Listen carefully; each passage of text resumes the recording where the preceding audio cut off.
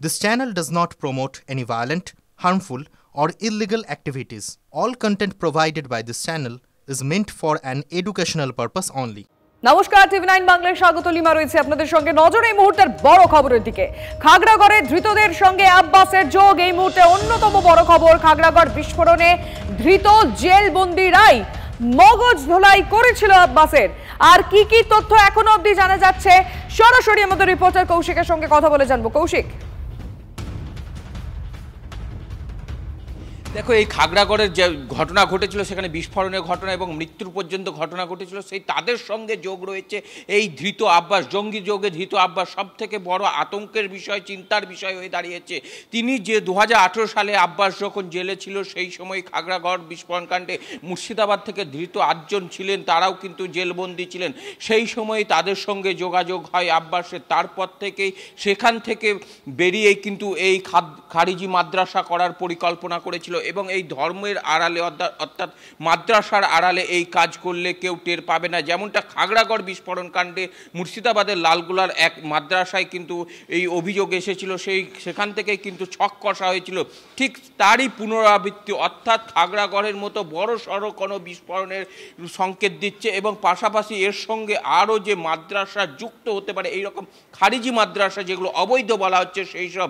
এবং এই যে আব্বাস আলী সেই সময় জেলে থাকাকালীনই তাদের সঙ্গে বিভিন্ন, যারা খাগড়াগড়ে অন্যতম 8 অভিযুক্ত ছিল মুর্শিদাবাদে, তাদের সঙ্গে কথা বলেছিল এবং বাংলাদেশের লিঙ্কম্যান যে 8 জন ধৃতের সাথে বাংলাদেশি লিঙ্কম্যানদের তাদের পরিচয়, অর্থাৎ তাদের যে ঠিকানা, সেই সব দিয়ে রেখেছিল এবং সেখান থেকে সহযোগিতা পাওয়ার আশ্বাস দিয়েছিল। তারপর সেখান থেকে বেরিয়েই তিনি কিন্তু একটি 20 ছাত্র নিয়ে খারিজি মাদ্রাসা তৈরি করেছিলেন এবং সেখান থেকে এই জঙ্গি কার্যকলাপ, অর্থাৎ লাগাতার 6 বছর থেকে এই জঙ্গি কার্যকলাপের সাথে যুক্ত। প্রায় সেই জায়গায় দাঁড়িয়ে ভাবাচ্ছে গোয়েন্দাদের। এক্স্যাক্টলি কৌশিক, এটা তো ভাবারই বিষয়। এটা একটা বড় খবর যে জেলের মধ্যে বসে মগজ ধোলাই করা হচ্ছে, বাংলাদেশিদের সঙ্গে যোগাযোগ করিয়ে দেওয়া হচ্ছে জেলের মধ্যে। এটা অত্যন্ত বড় একটা খবর। কিন্তু আরেকটা বিষয় তোমার কাছ থেকে জানতে চাইবো যে সেই সময় আব্বাস আলী কি কারণে জেলে ছিলেন?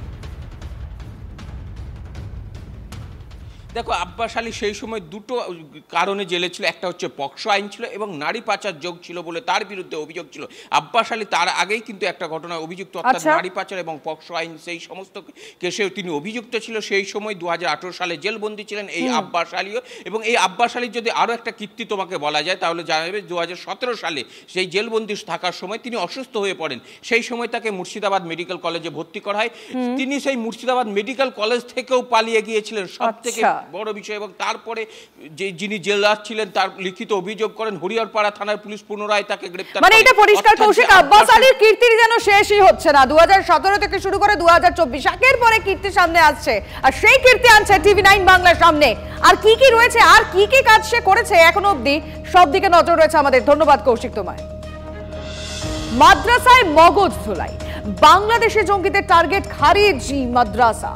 আর যেই মাদ্রাসাগুলির অনুমোদন নেই, সেখানেই ছলে বলে কৌশলে কি ঢুকে পড়ছে জঙ্গিরা। মাদ্রাসার আড়ালে গড়ে তুলছে জঙ্গি নেটওয়ার্ক। মুর্শিদাবাদ থেকে জঙ্গি সন্দেহে ধৃত আব্বাস শেখ হরিহরপাড়ার নিশ্চিন্তপুরে মাদ্রাসা চালাতো। গতকাল এডিজি দক্ষিণবঙ্গ সুপ্রতিম সরকারের বক্তব্যে এই তথ্য মান্যতা পেয়েছে। কি বলছেন সরকারি অনুমোদিত মাদ্রাসাগুলির শিক্ষকরা?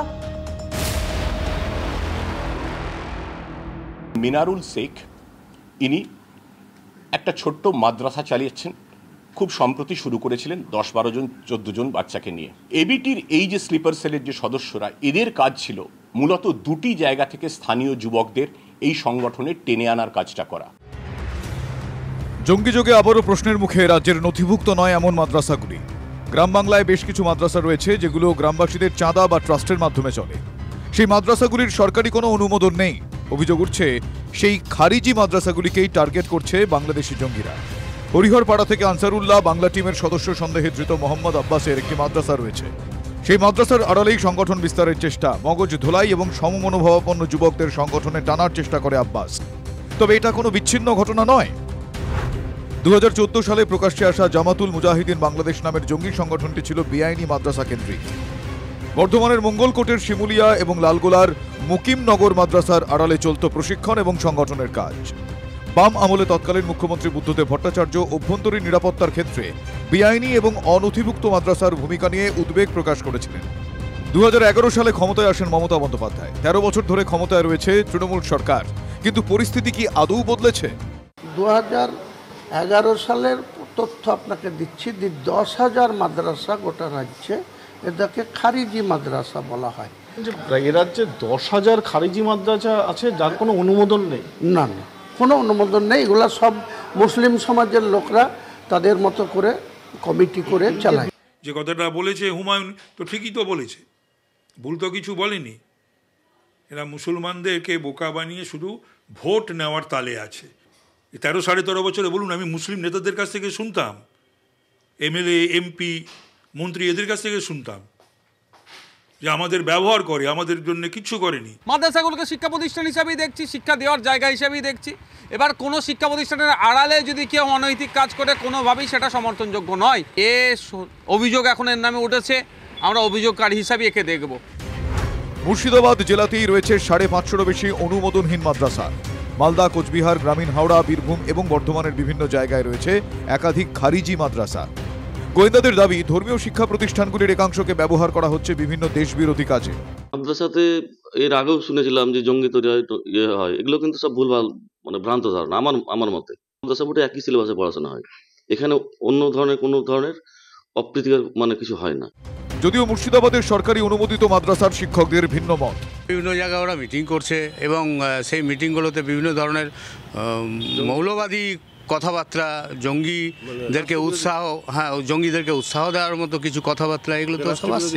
এখানে কোনো রকম তার কাটা বা বেড়াজাল নেই, সেই সব জায়গাগুলো থেকে অনুপ্রবেশটা ঘটছে। মালদার মাদ্রাসার শিক্ষকরা জঙ্গি অনুপ্রবেশ নিয়ে বেজায় চিন্তিত। শিক্ষক শ্রেণীর দ্বারা তো মানুষ বহুভাবে প্রভাবিত হয়। অর্থের লোভ, আর দ্বিতীয় হচ্ছে উগ্র মৌলবাদ। তারা যদি এই উগ্র মৌলবাদের রাস্তায় চলে যায়, তাহলে স্বাভাবিকভাবে ভারতবর্ষের ক্ষেত্রে সেটা অনেক বেশি ক্ষতিকর হয়ে দাঁড়াবে। প্রশ্ন উঠছে, কেন গ্রামে গ্রামে অনুমোদনহীন মাদ্রাসার রমরমা? কেন সরকারি শিক্ষা প্রতিষ্ঠানগুলোতে পৌঁছতে পারছে না সংখ্যালঘু শিশুদের একটা বড় অংশ? তারই তো সুযোগ নিচ্ছে জঙ্গি সংগঠনগুলো। সিজার মন্ডল, কৌশিক ঘোষের রিপোর্ট, TV9 বাংলা। খারিজি মাদ্রাসা নিয়ে কি বললেন ফেরহাদ হাকিম? একটা অভিযোগ, একটা বিষয় নিয়ে প্রশ্ন উঠছে যে জঙ্গি প্রশিক্ষণের এপিসেন্টার হয়ে উঠছে খারিজি মাদ্রাসাগুলো। এটা নিয়ে এটার কোনো প্রমাণ নেই। আমাদের এখানে যে মাদ্রাসা আছে, সেই মাদ্রাসায় ধর্মশিক্ষা এবং এমনি শিক্ষা, কি বলে ওটাকে, আমাদের যে শিক্ষা আর কি, ইংলিশ, বাংলা, হিস্ট্রি, জিওগ্রাফি, এই শিক্ষা হয়। এরকম এগুলো হচ্ছে কমিউনাল ট্যাগ দিয়ে দেওয়া। যারা অন্যায় করবে, সে মাদ্রাসার মধ্যে হোক আর জঙ্গলের মধ্যে হোক আর স্কুলের মধ্যে হোক, তারা অন্যায় করবে। আর যারা ধর্মচর্চা করবে, শিক্ষায় অগ্রগতি করবেন, সে যেখানেই করবে তাকে স্বাগত।